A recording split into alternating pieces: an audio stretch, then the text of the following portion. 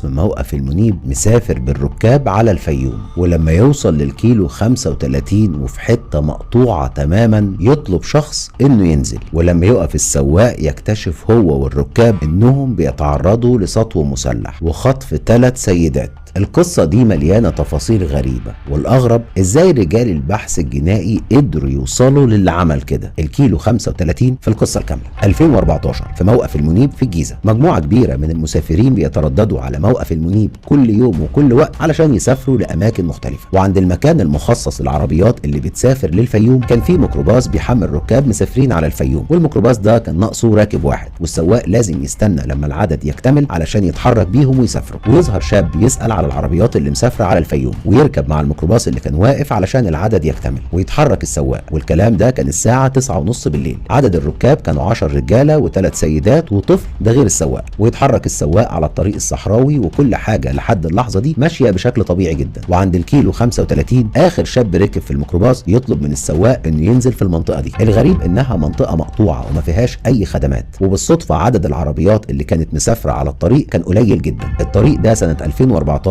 فعليا كان عديم الخدمات، وعلشان كده كان طلب الشاب ده غريب جدا. الشاب ده كان راكب في الكنبه الثانيه، والكنبه اللي قدامه كان فيها 3 سيدات ومعاهم طفل. واول ما يقف الميكروباص يتفاجئ الناس بان الشاب ده مطلع سلاح من جيبه وبيهدد واحده من الستات اللي قاعدين قدامه انه هيقتلها لو اي حد من الركاب عمل اي حاجه عكس اللي هو هيقوله. طلب الشاب من كل الركاب انهم يطلعوا الفلوس والموبايلات والذهب اللي معاهم بكل هدوء، والغريبه ان مفيش ولا حد من ال10 رجاله اللي موجودين في الميكروباص ساعتها حاول حتى يتعرض له باي حاجه. الركاب طلعوا كل الفلوس والموبايلات اللي معاهم، والشاب فتح الباب وهو نازل طلب من ال3 سيدات اللي قاعدين قدام انهم ينزلوا معاه، وطلب من السواق انه يتحرك على طول ومحدش فيهم يبص وراه او حتى يحاول يرجع له تاني. واخد ال3 سيدات اللي معاه ودخل 2 كيلو في عمق الصحراء، وبعدها سرق منهم باقي الذهب اللي معاهم، وللاسف اعتدى جنسيا على واحده منهم اللي كان معاها طفل. وبعد نص ساعه سابهم في الصحراء وطلب منهم انهم يرجعوا على الطريق تاني، والشاب ده فعليا اختفى. السواق والركاب اللي معاه اتحركوا على اقرب كمين امني وعملوا بلاغ باللي حصل، ولما رجال الامن اتحركوا معاهم ورجعوا على المكان اللي نزل الشاب فيه لقوا ال3 سيدات واقفين وعرفوا منهم اللي حصل. رجال الامن ساعتها كانوا قدام لغز حقيقي، مين اللي عنده الجراءه انه يعمل كده؟ سطو مسلح وسرقه بالاكراه وخطف واعتداء جنسي، وليه ينزل في